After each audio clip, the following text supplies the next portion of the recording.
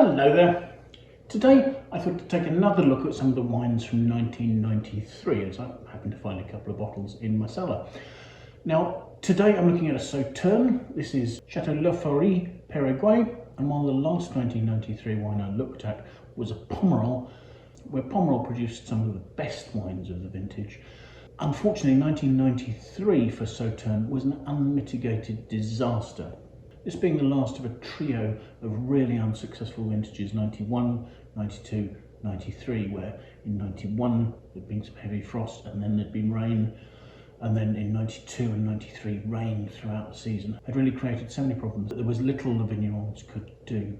Now for reds it tends to be that 93 is the best of these three vintages. For Sauternes this is the opposite. 93 tended to be the worst. So I don't have particularly high hopes for this vintage of this wine. But it's worth talking a little bit about the Lafaurie Peyraguey because it's quite a popular Sauternes and it's one with a fantastic history. The chateau here is a fortress that was built in the 13th century. It sits on a hilltop in the commune of Bommes, one of the communes that is part of the Sauternes appellation. And the first recorded owner of Lafaurie Peyraguey was somebody called Sieur Raymond Peyraguey. And he acquired the estate in 1618 and was the first person to actually plant vines here. Over a century later, in 1796, somebody called Pierre Laforêt acquired the estate.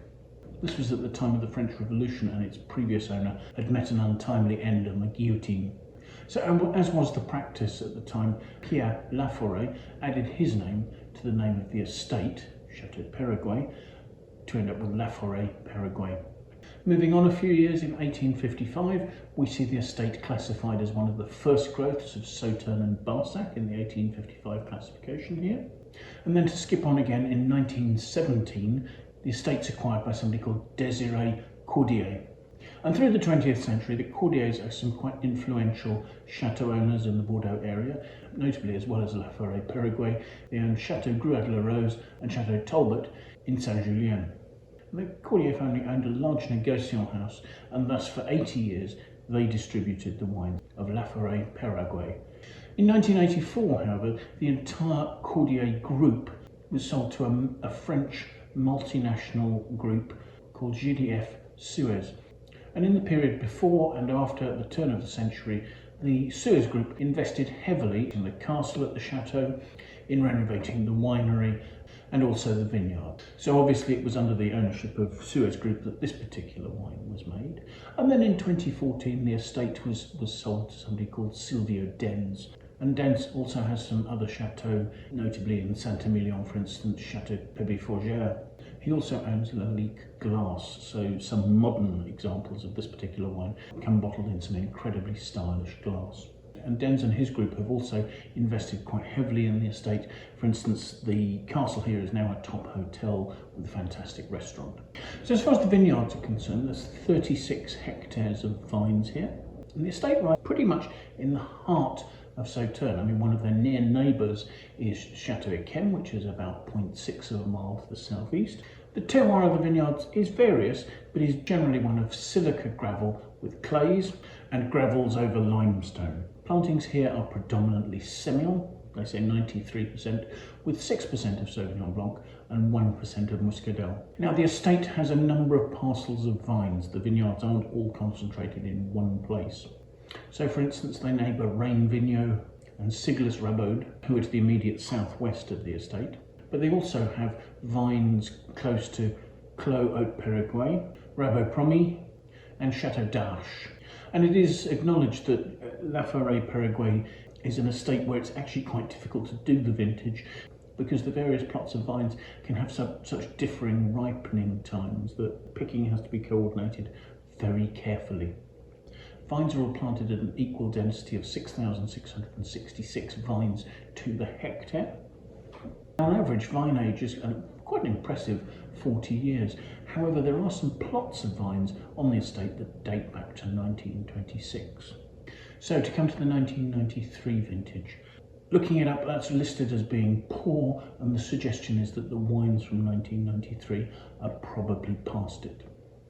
And what happened was that heavy rains fell in the early summer, and although it dried up later, and there wasn't a long enough period of warm, dry weather to get the grapes fully ripe before incredibly heavy rain in September and October absolutely decimated crops.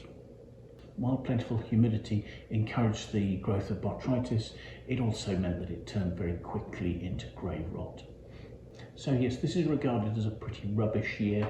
I had a look at the Wine Searcher aggregated critic score for this wine, and it just scores 80 out of 100. Even the 91 and the 92 were significantly higher than that. I think this is the lowest score we record for a vintage of Lafaurie Peyraguey. So I'm not expecting a lot of this wine.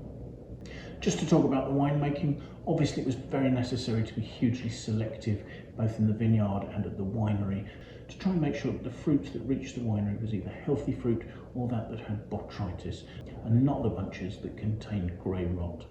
Now, I don't have particular details for vinification from 93, but in general the wines here are made in oak barrels, small oak barrels, with a portion of those these days probably about 60% new. Possibly that may not have been such a high proportion in a vintage of this quality.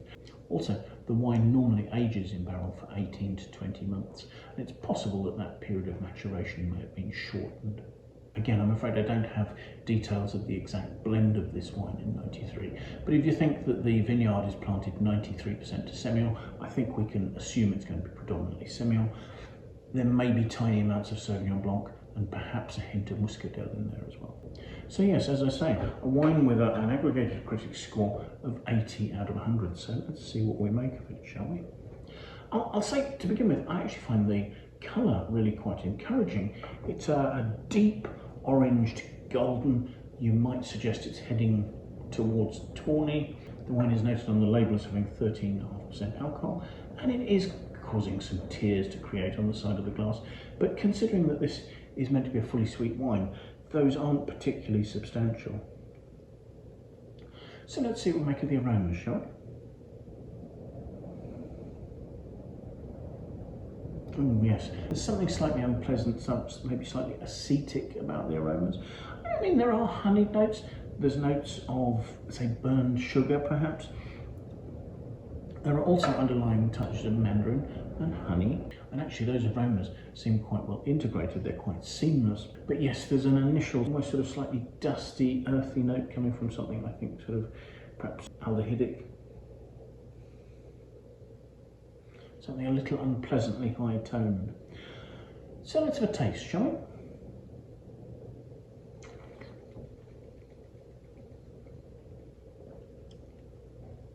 So on the palate there is quite a forward sweetness. There's almost a sort of a burned marmalade note.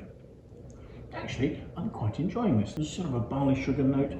It's quite good acidity. There may be just a little bit of that sort of acetic note, and that may be encouraging just a touch of mushroom. But behind that there are notes of sultanas, notes of mandarin, kumquat, and some slight honeyed notes. There are also some slightly dusty notes and burned sugar. But there is actually some complexity, and there are some elements in here that I can enjoy. So there's something very pungent about the combination of the sweetness and the acidity that makes me think with a salty blue cheese, this would actually be a beautiful pairing.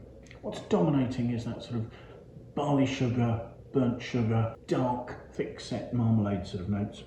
This isn't a wine with dancing, lively, fresh primary fruit. The fruit that's there is coming out from behind these sort of burnt sugar notes, but the flavours are actually lasting quite nicely. The alcohol's in balance. The wine is probably just a little shy of being medium bodied. I wouldn't really say it was fully sweet. If anything, it seems like it might have lost a little bit of sweetness during aging.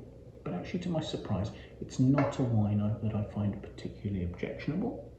It's also by no means a fine wine of great complexity. But I think served with savoury dishes, cheeses, foie gras, that sort of thing, this is quite capable of providing some quite enjoyable drinking, and possibly would do for up to 5 years yet. There is acidity and there is concentration. I think it's probably also fair to say that at this age you probably do get massive variability between different bottles of this vintage of this wine, and I may have been fortunate to have got a good one that's been particularly well stored. So anyway, thank you for watching. Once again, taking a risk with an older bottle of wine and actually being slightly pleasantly surprised by the outcome.